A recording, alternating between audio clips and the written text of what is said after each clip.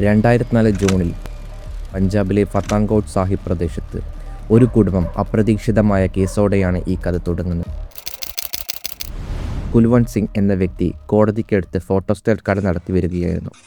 കുറച്ച് ദിവസങ്ങളായി കട അടഞ്ഞു കിടക്കുകയും ഫോണിൽ ബന്ധപ്പെടാൻ കഴിയാതാകുകയും ചെയ്തപ്പോൾ അദ്ദേഹത്തിൻ്റെ സുഹൃത്തുക്കൾക്ക് സംശയം തോന്നി. അവർ ആദ്യം കുൽവന്ത് സിംഗിൻ്റെ വീട്ടിലെത്തി നോക്കി. വീട് പുറത്തുനിന്ന് പൂട്ടിയ നിലയിലായിരുന്നു. അയൽക്കാരോട് ചോദിച്ചപ്പോൾ കഴിഞ്ഞ 4-5 ദിവസമായി വീട്ടിൽ ആരെയും കണ്ടിട്ടില്ലെന്നായിരുന്നു മറുപടി. ബന്ധുക്കളും കുടുംബം എവിടെയെന്നറിയില്ലെന്ന് പറഞ്ഞു. കുൽവന്ത് സിംഗ് മാത്രമല്ല, ഭാര്യയും 2 മക്കളും കൂടെ കാണാതായെന്ന് മനസ്സിലായപ്പോൾ സുഹൃത്തുക്കൾ പോലീസ് സ്റ്റേഷനിൽ പരാതി നൽകി. പോലീസ് കുൽവന്ത് സിംഗിന്റെ വീട്ടിലും കടയിലും പരിശോധന നടത്തി. വീടിന്റെ പൂട്ടും കടയുടെ പൂട്ടും തുറന്നകത്ത് പരിശോധിച്ചെങ്കിലും ഉപകാരപ്രദമായ തെളിവൊന്നും ലഭിച്ചില്ല. കുടുംബം എവിടേക്കാണ് പോയത്, ആരോടൊപ്പമാണ് പോയത്, എന്തെങ്കിലും അപകടം സംഭവിച്ചോ എന്നൊന്നും വ്യക്തമായ ഉത്തരമുണ്ടായിരുന്നില്ല. ഈ പരാതി ആദ്യം ഒരു സാധാരണ മിസ്സിംഗ് കേസായി തന്നെ തുടർന്നു.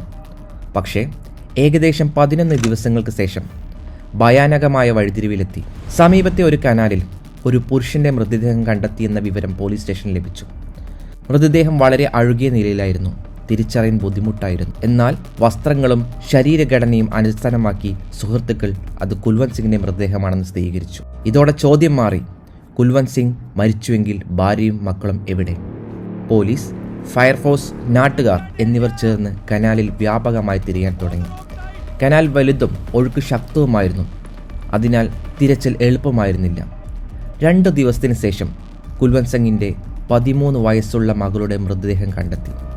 പിന്നാലെ ദിവസങ്ങളോളം നടത്തിയ തിരച്ചിലിനൊടുവിൽ കുടുംബത്തിലെ 4 പേരുടെയും മൃതദേഹം കണ്ടെത്തി.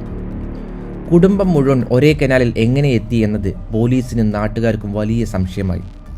എന്നാൽ ഇത് കൊലപാതകമാണെന്ന് തെളിയിക്കുന്ന വ്യക്തമായ തെളിവൊന്നും ഉണ്ടായിരുന്നില്ല.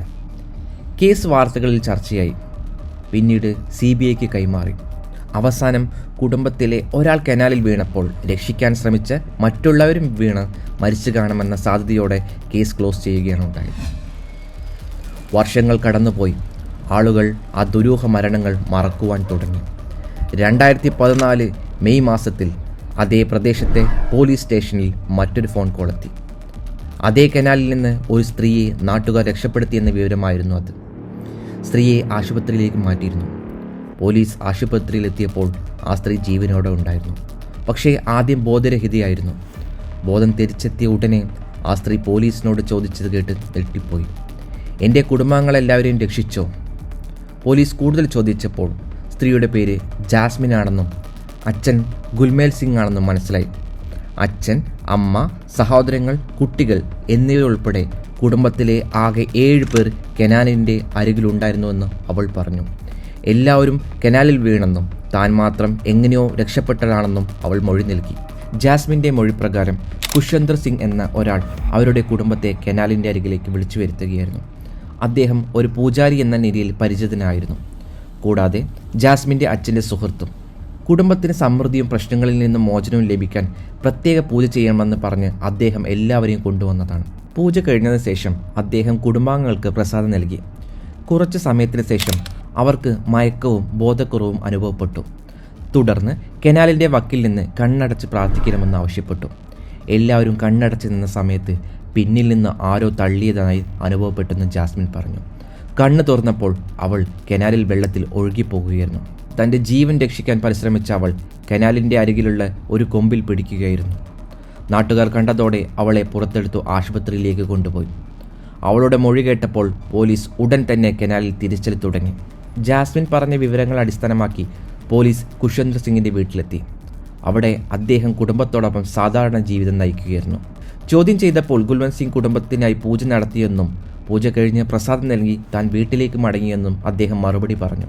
എന്നാൽ ജാസ്മിൻ്റെ മൊഴിയും ഖുശ്വന്തറിൻ്റെ പെരുമാറ്റത്തിലെ സംശയകരമായ കാര്യങ്ങൾ നോക്കിയപ്പോൾ പോലീസ് കൂടുതൽ ശക്തമായി ചോദ്യം ചെയ്തു.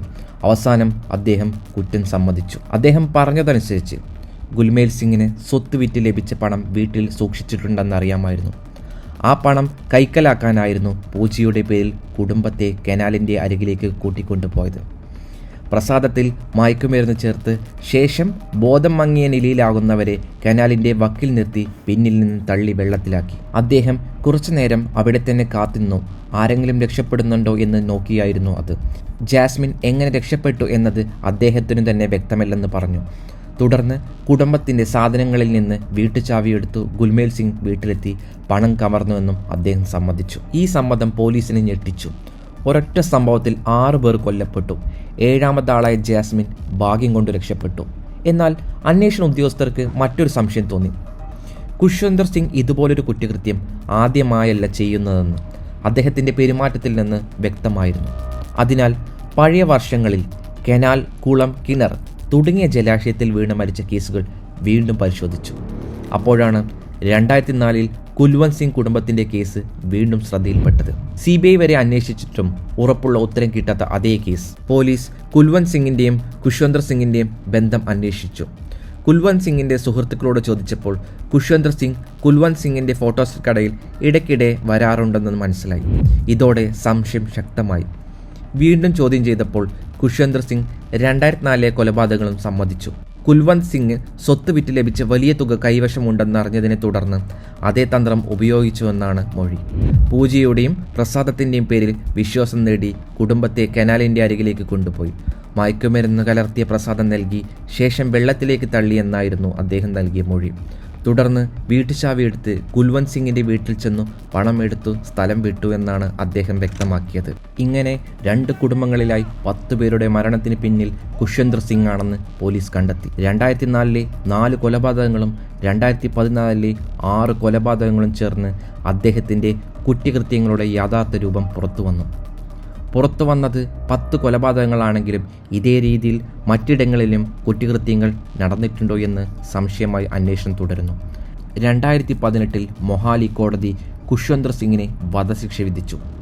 വിശ്വാസം, സൗഹൃദം, മതാചാരങ്ങൾ എന്നിവയെ ഉപയോഗിച്ച് ആളുകളെ വഞ്ചിക്കുകയും പണത്തിനായി കുടുംബങ്ങളെ ഇല്ലാതാക്കുകയും ചെയ്ത് ഒരു ക്രൂര കേസായി ഇത് ഓർമ്മിക്കപ്പെടുന്നു. ഈ സംഭവത്തിൽ ഏറ്റവും ശ്രദ്ധിക്കേണ്ടത് തെളിവില്ലാതെ അടഞ്ഞുപോയ ഒരു പഴയ കേസ് പോലും ചിലപ്പോൾ വർഷങ്ങൾക്ക് ശേഷം ഒരു പുതിയ സാക്ഷിയിലൂടെ വീണ്ടും തുറക്കപ്പെട്ടിരിക്കുന്നു. ജാസ്മിൻ രക്ഷപ്പെട്ടിരുന്നില്ലെങ്കിൽ ഈ സത്യങ്ങൾ ഒരിക്കലും പുറത്തു വരില്ലായിരുന്നു. വീണ്ടും ഇതുപോലെയുള്ള മറ്റൊരു വീഡിയോയുമായി കാണാം. അതുവരെ ബൈ.